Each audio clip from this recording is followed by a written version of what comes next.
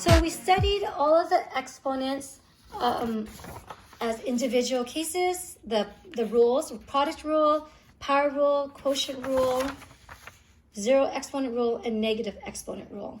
Now, we're going to combine all these rules in these problems. So when you look at number 14, 15, 16, 17, and 18, it looks a lot more complicated because you're going to be using multiple rules in one problem.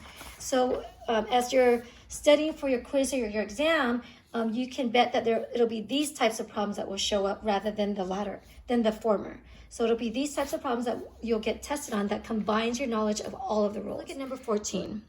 So number 14 here, I see that there's a bunch of multiplication. So I'm going to think to myself, product rule, because I see a lot of multiplication. So I'm going to look at things with multiplication. I have 6 times 2 times 8. 6 times 2 is 12. 12 times 8 is 72. Great, done. 6, 2, and 8. Next up, I have x to the negative 9. Well, I have x to the negative 9 and x to the 10. So here, I'll just write that in red here. X to the negative 9 times x to the 10. So here, I'm going to add these exponents because that is using the product rule. When you're multiplying things with the same base, you add the exponents. So x to the negative 9 times x to the 10 will just give me x to the first power, because negative 9 plus 10 is 1. Next up, I have w. So I have w to the 6, w to the negative 1, and that's it. So w to the 6 times w to the negative 1, using the product rule, I'm going to add the exponents so I get w to the 5th. And lastly, I have u. So I have u to the negative 2 and u to the first power. U to the negative 2 times u to the first. So I'm going to add these exponents. I get u to the negative 1. Oops, sorry. So here, my final answer is going to look well, before I do the negative exponent rule, I have 72, x to the first, w to the 5th, u to the negative 1. Can I leave my answer as such? No, because use only positive exponents in your answer. So u to the negative 1 has to become positive. How do I make it positive? I flip the u upside down, and the u therefore goes in the denominator. So my final answer then is going to be 72 x w to 5th, and on the bottom I'll have u to the first power. And I could write 1, but I'll just leave it as that. Let's look at number 15. So number 15 here, I see that I have a fraction. So in my mind, I'm thinking I'm going to have to use the quotient rule. So when I use the quotient rule, and notice I see a bunch of negatives in here, but I'm not going to worry about the negative exponent until the very last step, just like what I did with question 14. Question 14, I didn't worry about the negatives until the very last step when I made it positive. So right now there's a bunch of negatives. Don't worry about making them positive. It's just your final answer that needs to have positive exponents. So don't worry about it right now. So right now I have 3 divided by 18. Well, 3 divided by 18, what do they both have in common? A 3. So if I divide the top by 3, I get a 1. 18 I divide by 3, I get a 6. So this just becomes 1/6, right? 1/6. So that's the 3 over 18 is now simplified. I now look at the a. I have a to the 9th divided by a to the negative 7. So I'm going to do top minus bottom. That's what the quotient rule says. So a top minus the bottom. 9 minus a negative 7, that gives me 9 minus a negative 7 is 9 plus 7, which gives me a to the 16. Now I have my b. I have b to the 8th over b to the negative 2. So top minus bottom, 8 minus a negative 2. 8 minus a negative 2 is the same thing as 8 plus 2, which is 10. And then last but not least, I have c to the negative 6 sitting right there. So when I write down my entire answer, I get 1/6. On the top, I have a to the 16, b to the 10, and c to the negative 6. That's what I have right now. But I want my final answer to only have positive answers, positive exponents. So to have positive exponents only, the c to the negative 6 is going to go downstairs. So as a result, my final answer is a to the 16, b to the 10th. On the bottom, I have 6, and then the c to the negative 6 becomes c to the positive 6. And that becomes my final answer. So this is the product rule using with negative exponent rule, quotient rule using also the negative exponent rule. Let's now look at number 16. So number 16 here, I have the power rule. So the power rule, because I see a bunch of things raised to a power. So again, I see a negative exponent, but I'm not going to worry about it being negative until the very last step. So I look inside the parentheses. Can anything be simplified inside here? No, right? This is an x and this is a y. I cannot combine it. I see a negative in there as well, but again, I'm not going to worry about negatives until the last step. So I'm going to use the power rule and apply the negative 4 to everything inside. And again, the power rule says that when you have an exponent raised to a power, you multiply the exponents. So here, I'm going to have 2 to the negative 4th, x to the, negative 5 times the negative 4, since I'm multiplying, will give me 20, positive 20, and y, 2 to the negative 4, if I multiply these exponents, I get negative 8. Right, so that wasn't too bad, right?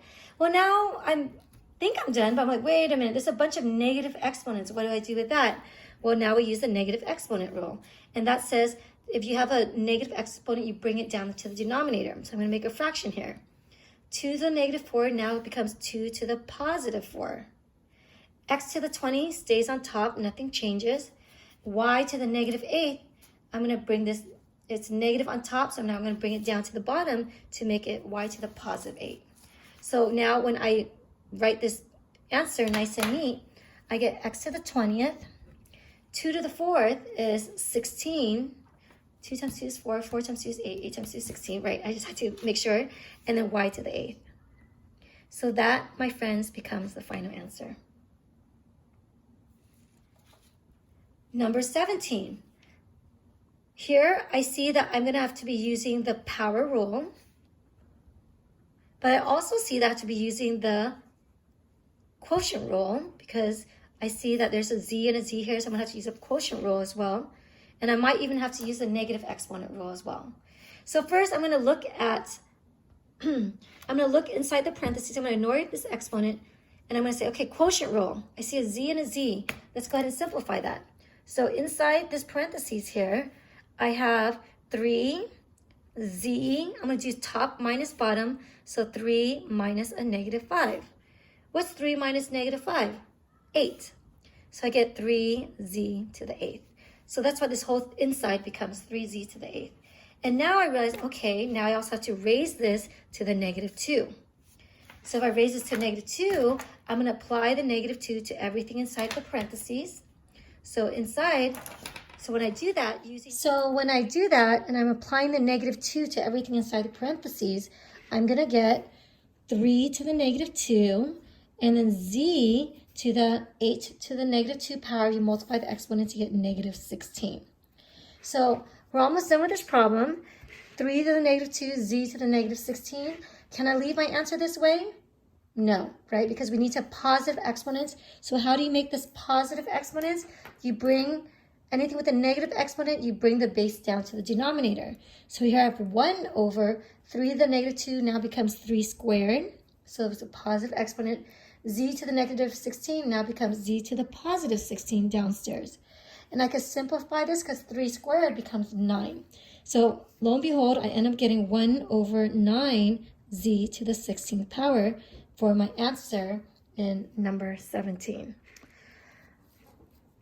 All right, so now in this last question here on using rules of exponents, let's take a look at number 18. So number 18 here, there's a lot going on. I see I'm gonna need a power rule because something's raised to the power. I'm gonna need product rule because things are being multiplied with each other. I'm gonna need quotient rule because I see division here. And I'm probably gonna need a negative exponent rule as well. So what do I do first when I see this whole thing? Well, I'm going to do the order of operations again, where the first thing I focus on are the things in parentheses. So here's something in parentheses. Can I simplify that? No, because there's a y and a z. You can't combine them. In this parentheses, I'm going to ignore my exponent. Can I simplify that? I have an x, a y, and a z. Can I combine any of them? No, because they don't have similar bases. And again, I see a bunch of negative exponents, but I'm not going to worry about my negative exponents until the very last step. So I looked in the parentheses, done. Please excuse my dear Aunt Sally. Parentheses, exponents. So using the order of operations, I'm going to now do exponents. So where do I see exponents to use the power rule? Well, I see exponents here. So I'm going to look at this right here. Oops, there's a 3. I'm going to apply this exponent to everything inside of it. So again, I'm going to draw arrows there. So when I do that, I end up getting 3 to the 3rd, x to the, you multiply the exponents since you're using the power rule, -9, y to the 3rd, and on the bottom, -2 times 3 is -6. And again, I do not worry about negative exponents until the end. So 3 to the 9th, I could write that as 3 times 3 is 9, 9 times 3 is 27. So I can write that as 27, and I'll write it as 27 in a little bit. But notice this is now multiplied by y to the 3rd. So when you're multiplying, this is in the numerator, right? Y to the 3rd and z to the -1. So now I'm going to use the product rule. So the product rule says that when you're multiplying, if you have the same base, then you are going to add the exponents. So here I'm going to add the exponents to whatever I see with the same base. So here, so let's rewrite this now. 3 to the 3rd is 27. I have x to the -9. There's no other x's, so that's going to stay the same. I have y to the 3rd. Well, this y to the 3rd and this y to the 3rd, I'm multiplying them, so therefore I add the exponents. So that's going to become y to the 6th. I have z on top and z on the bottom. So I'm going to do the quotient rule, where I do top minus bottom. So top minus bottom, -1 minus a -6. So we have to be really careful. They're a little bit confusing, but just be careful with them. So I have a z -1 on top, z -6 on bottom. I use the quotient rule where I do top minus bottom. -1 minus -6, so that's the same thing as -1 plus 6, so that becomes z to the 5th. So here, as a result, I get 27, x to the -9, y to the 6, and z to the +5, because -1 plus 6 is +5. And last but not least, I need to make sure my final answer only has positive exponents. So I have 27. X to the -9 is going to go in the denominator. So x to the +9, because the negative exponent rule says that if you have a negative exponent, you move it down to the bottom. So I move it down to make it positive. Then I have y to the 6th on top and z to the 5th on top. They stay on top because they're already having positive exponents.